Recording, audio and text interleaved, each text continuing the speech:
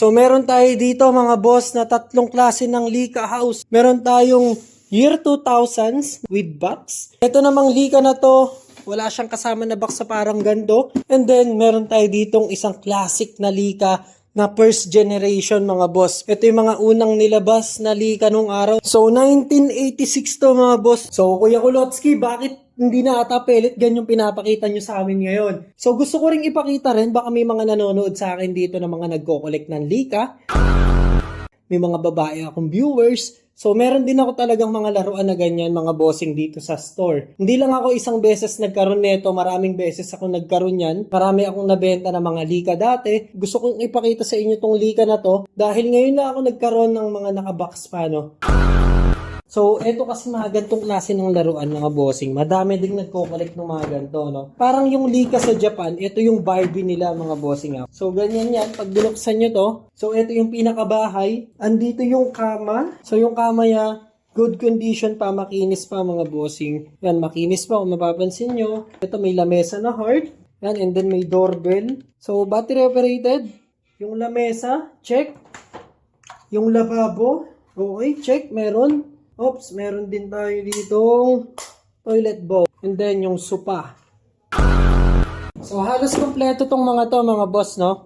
Andito yung shoe rack, lababo nandito din, yung kama nandito din, yung lamesa pala, kama, sopa, bathtub, toilet bowl, tsaka yung lamesa. Ang wala sa kanya is yung maliliit na parts, katulad na nandito.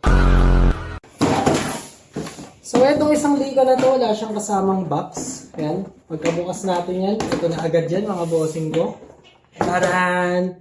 May shoe rack, may lababo, may sopa. Ito yung sopa niya, yung isa na una. Yung bathtub niya, mas malaki, mga boss, may pintuan pa. Tapos, may kasama pa siyang mga shampoo. Yan, yung ibang shampoo nandito. And then, yung bathtub niya, meron pang kasamang shower yan. Yung kama niya, mas malaki. At saka may TV. So, dito tayo sa last mga mams. Yan, ito mga bossing. Ito yung 1986 na Leica house mga boss. Alam nyo kinagandaan dito sa 1986 na Leica house. So, yung mga nauna, di ba mga bossing, yung pinaka base niya is gawa lang sa karton. Etong base ng mga pang 1986 na Leica house mga boss, parang leather. Tapos meron pa siyang plastic cover. Plus, yung karton niya is nasa loob mga boss. Sobrang solid ng mga Leica house dati. So, nandito lahat ata ng parts niya mga boss. Yung bathtub, sopa, andito rin yan yung lamesa, cabinet, andito rin. So, ang wala lang ata dito is yung... Ay, hindi, nandito rin. Ito, kala ko wala to eh. And then, meron din siyang naka-engrave dito na Leica, no? So, ang ganda. Apakaganda ng vintage na Leica mga bossing. So, sa condition nito, yung box niya, yung medyo bugbog lang talaga, isipin nyo, 1986 pa to mga boss. Pero hanggang ngayon, andito pa rin yung box, pero medyo marami na ata siyang pinagdaanan. Yung dito naman sa pinakaloob, halos good condition. Ang problema lang dito yung iba, medyo yupi-yupi, kailangan lang ipantay-pantay. Pero goods na goods pa mga bossing, no? Ito namang mga sopa, yung mga upuan, yung mga bathtub, yung materials niya, so medyo parang nanilaw lang ng konti, pero konting-konti lang yung pagkadilaw niya. Medyo maalikabok din. Siguro yung unang gumamit nito or yung unang may-ari nito, pinang-display niya. Hindi katulad nung nauna na dalawang Leica, mga bossing, halos walang alikabok yon. Etong Leica na to, may mga alikabok siya. Siguro alikabok pa to nung 1986, mga bossing.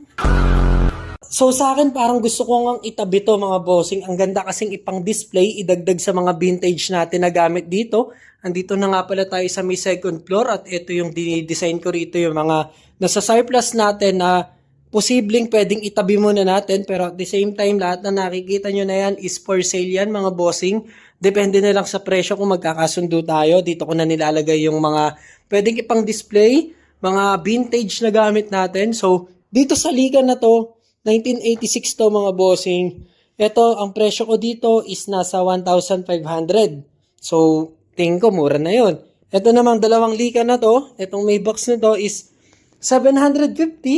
Ito naman, 700 pesos mga bossing. So, kung may nanonood sa akin dyan na nagko-collect ng Leica, yan, PM nyo lang ako. Meron tayong vintage 1986 and then dalawang Lika na parang tingin ko mga nasa year 2010 to or 2010 pataas, ganun. Wala kasing markings to kung ilang taon na siya, kung anong taon siya ni-release. So, yan lang mga boss. Ito muna papakita ko sa inyo. So, para madalas tayo makapag-upload, nire-review ko na yung mga gamit natin dito isa-isa. So, abang-abang lang sa mga susunod ko pang ilalabas sa mga product, mga bossing. Kita-kits tayo. As always, Kulotski TV. Ingat kayo palagi. God bless.